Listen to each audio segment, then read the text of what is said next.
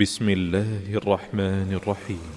وقال الملأ من قوم فرعون أتذر موسى وقومه ليفسدوا في الأرض ويذرك وآلهتك قال سنقتل أبناءهم ونستحيي نساءهم وإنا فوقهم قاهرون. قال موسى لقومه استعينوا بالله واصبروا إن الأرض لله يورثها من يشاء من عباده والعاقبة للمتقين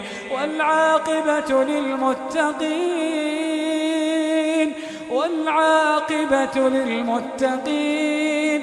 قالوا أوذينا من قبل أن تأتينا ومن بعد ما جئتنا قال عسى ربكم أن يهلك عدوكم ويستخلفكم في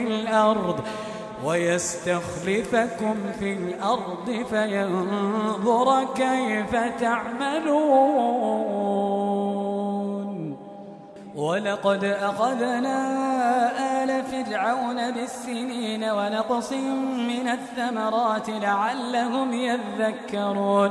فإذا جاءتهم الحسنة قالوا لنا هذه وإن تصبهم سيئة يطيروا بموسى ومن معه ألا إنما طائرهم عند الله ولكن أكثرهم لا يعلمون.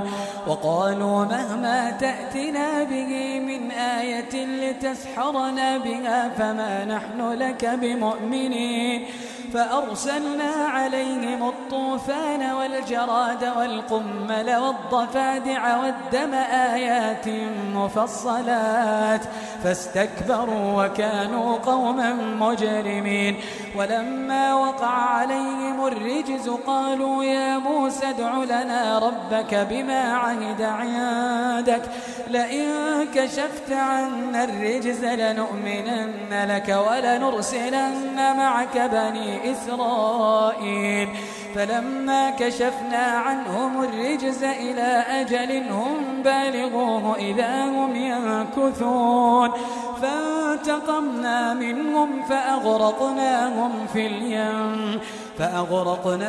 في اليم بأنهم كذبوا بآياتنا وكانوا عنها غافلين.